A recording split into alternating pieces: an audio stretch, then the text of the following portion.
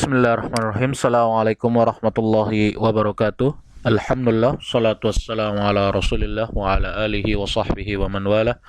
Wa la hawla wa la quwwata illa billah. Rabbi syrah li sadri wa yassir li amri wahlul 'uqdatam min lisani yafqahu qawli. Amma ba'd. Anak-anakku kelas 6A dan 6B, ikhwan dan akhwat, Alhamdulillah kita bertemu lagi juga di video yang kedua, yaitu di mata pelajaran sirah. Alhamdulillah kemarin kita sudah bahas satu slide agak panjang kemarin ya, yang masih ingat. Silakan yang belum menonton, silakan tonton dulu yang kemarin. Ustadz sedang jelaskan tentang keutamaan. Kemarin cuma bahas tentang keutamaan-keutamaan yang dimiliki oleh Umar ibn al-Khattab radhiyallahu taala anhu. Kita akan melanjutkan ya. Kemarin keutamaan sudah selesai.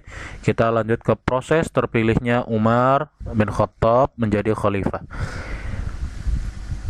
Seperti kita tahu, akhir dari kepemimpinan Abu Bakar As-Siddiq yaitu ketika sedang ini kita bisa, kalau bahasa kita seperti flashback ya, kita melihat ketika Abu Bakar As-Siddiq radhiyallahu taala anhu sedang di akhir hayatnya, di akhir hidupnya, sedang sakit. Nah, ini terjadi cerita ini. Proses terpilihnya Umar menjadi khalifah lewat wasiat Abu Bakar yang ditulis oleh Utsman bin Affan. Jadi perlu kalian tahu, Utsman bin Affan adalah sekretaris dari Abu Bakar As-Siddiq.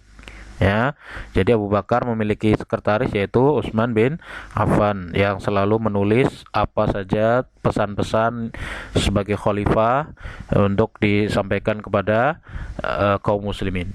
Setelah mengumpulkan Ashabus Syura, apa itu Ashabus Syura, Ustaz? Ashabus Syura adalah ini berlaku ketika kepemimpinan Abu Bakar dan setelahnya.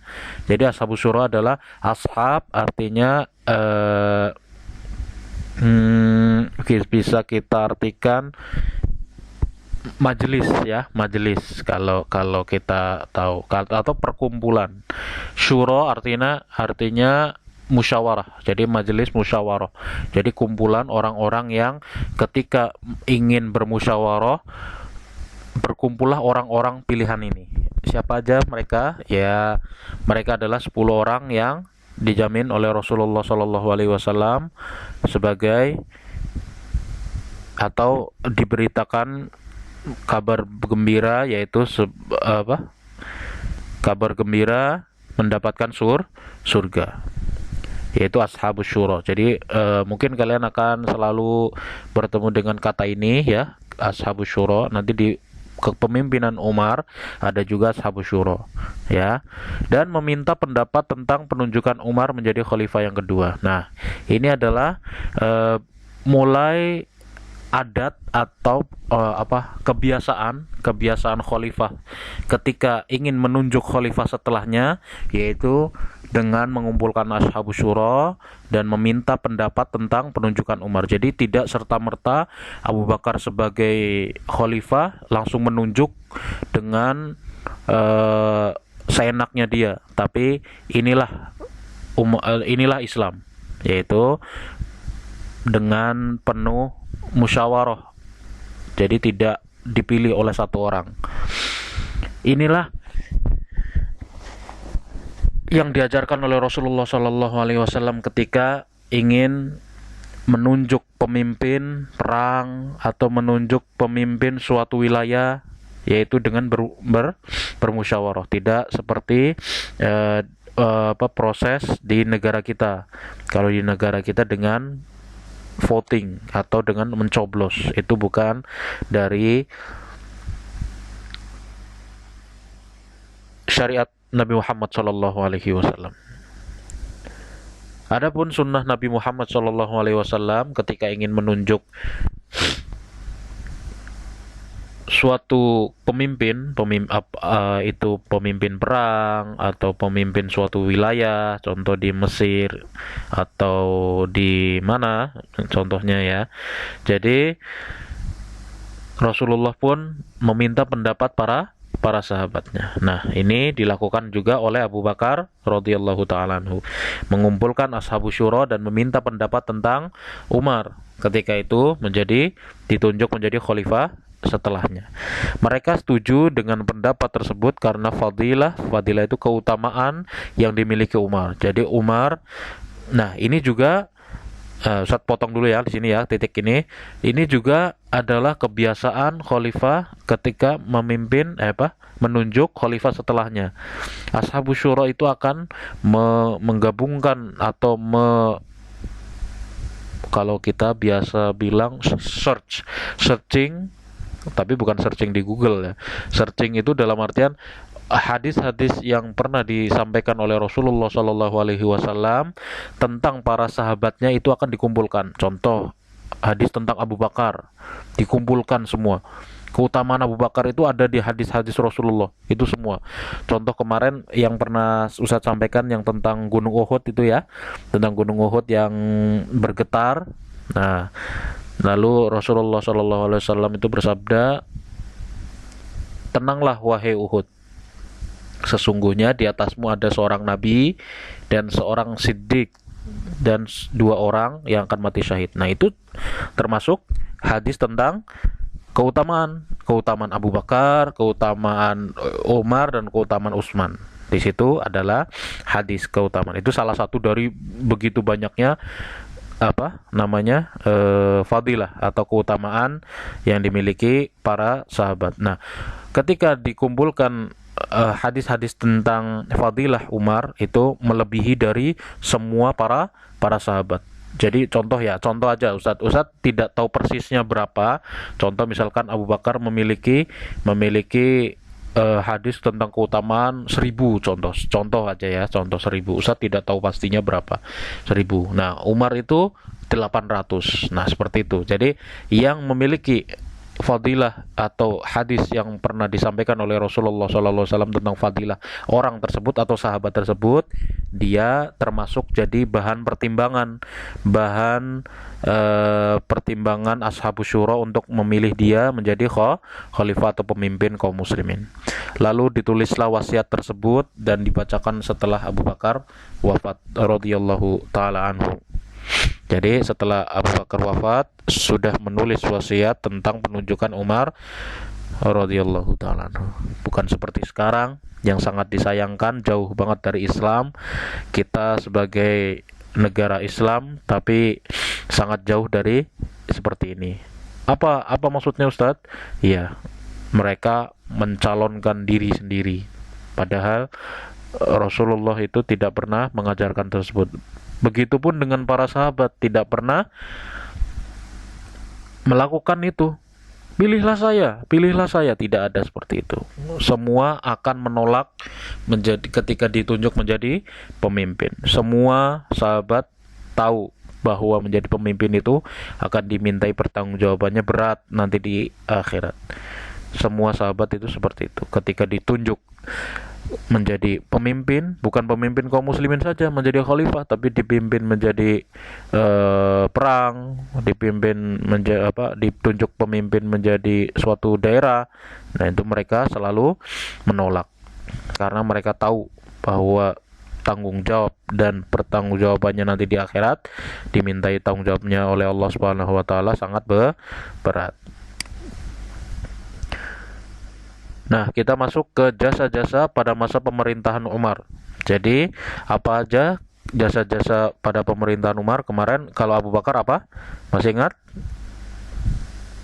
Ya, semoga kalian ingat ya. Ustaz tidak akan sebutkan. Jadi kalau Ustaz sebutkan nanti kalian tidak mengingat. Coba dibuka lagi pelajaran-pelajaran yang kemarin. Boleh kalian lihat bukunya. Tolong untuk terpilihnya proses terpilihnya Umar, kalian baca-baca saja, tidak perlu kalian garis bawah karena panjang. Kalian yang penting paham ceritanya. Inti dari ini apa? Yaitu ketika Abu Bakar sakit atau menjelang ajalnya, nah, Abu Bakar mengumpulkan ashabus syura dan meminta pendapat untuk penunjukan Umar menjadi khalifah kedua. seperti itu. Itu sebenarnya intinya dari situ. Lalu ditulislah wasiat Abu Bakar oleh Utsman bin Affan dan dibacakannya setelah Abu Bakar wafat. Seperti itu intinya sih seperti itu ya. Jasa-jasa pada pemerintahan Umar. Umar bin Khattab menjabat sebagai khalifah selama 10 tahun. Nah, ini 10 tahun adalah masa terlama kedua setelah nanti ada masa kepemimpinan Utsman bin Affan, 12 tahun. Dan beliau telah memiliki prestasi atau jasa-jasa pada masa pemerintahannya, yaitu jadi ada beberapa prestasi atau jasa-jasa Umar ketika menjadi pemimpin atau menjadi khalifah. Yang pertama kita bahas penaklukan negeri Irak atau Persia lewat perang Qadisiyah. Jadi yang pertama adalah penaklukan negeri Irak Persia. Sebelum kita masuk ke cerita Qadisiyah ini, perlu kalian ketahui Persia adalah salah satu negara, bahkan mungkin wilayah kerajaan yang memiliki kuasa setengah dunia, setengah bumi ya, setengah bumi itu mereka kuasai. Jadi kalau sekarang ya Ustadz, kalau kalian pernah belajar IPS, negara adik kuasa itu dengan kekuatan superpower. Mereka kalau di sekarang itu ada Amerika dan Rusia. Ya, ada dua negara superpower. Nah, dulu juga ada pada masa Nabi Muhammad mungkin atau sebelumnya, bahkan ada dua negara atau kerajaan adik kuasa, yaitu ada Persia dan yang kedua ada Romawi. Ya, itu adalah negara-negara kuat dan kerajaan-kerajaan yang memiliki wilayah yang sangat luas. Nah, ini ditaklukkan pada masa pemerintahan Umar radhiyallahu taala anhu. Perang ini terjadi pada tahun 14 Hijriah. Jadi setelah wafatnya Abu Bakar 13 Hijriah, 14 Hijriah terjadi perang Qadisiyah.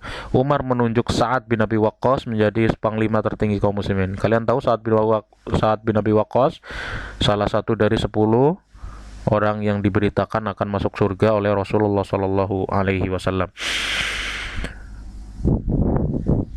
Ya, lalu terkumpullah 30.000 kaum muslimin melawan 240.000 pasukan Persia. Bayangkan, 30.000 kaum muslimin lawan 240.000 pasukan. Ini 240.000 bukan benda loh ya. Ini orang nih, 240.000. Sangat banyak. 30.000 lawan 240.000. Jadi 1:8. Jadi satu orang melawan 8. Satu orang kaum muslimin melawan 8 pasukan Persia. Masya Allah. Lalu Sa'ad dengan keahlian perangnya memiliki taktik perang tersendiri. Dan insya Allah ini akan Ustadz bahas untuk pertemuan depan. Jadi agak panjang ini untuk Qadisiyah ini, cerita Qadisiyah ini ya. Jadi kalian Ustadz cukupkan sekian. Jadi insya Allah pada pekan depan saya akan cerita satu pertemuan tentang perang Qadisiyah insyaallah ta'ala. Jadi sama seperti tadi Ustadz pesan seperti ketika video pelajaran akidah, kalian tulis nama kalian dan tulis kelasnya ya. Tulis nama dan kelasnya di kolom komentar. Oke, Ustadz pengen absen di situ. Oke, wassallallahu ala nabiyina Muhammad. Assalamualaikum warahmatullahi wabarakatuh.